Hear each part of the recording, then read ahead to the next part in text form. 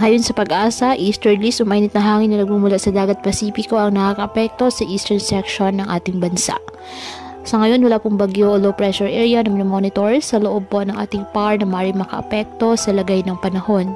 Samantala, isang malakas naman na cyclone ang namamataan dumaplis o tumama sa kalupaan ng Madagascar.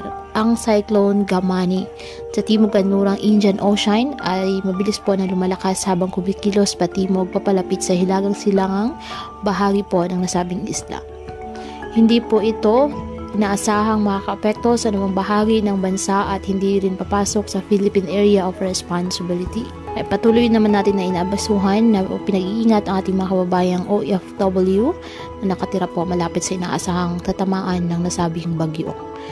Ngayong araw, ang Bicol Region at Quezon asahan maulap na kalangitan na may kalat-kalat na pag-ulan at thunderstorms dahil sa easterlies at ang nalalabing bahagi ng bansa kasama na po ang Metro Manila, bahagyang maulap hanggang sa maulap na kalangitan with isolated rain, showers or thunderstorms dahil po sa easterlies at localized thunderstorms.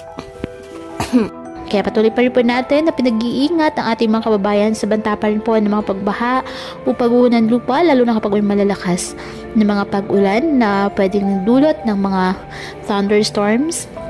At ugaliin po na magdala palagi ng payong o kahit anumang pananggas sa ulan o di kayo nang po ay sa init ng araw kapag lalabas ng ating mga tahanan. At yan po muna ang update sa lagay ng panahon ngayong araw.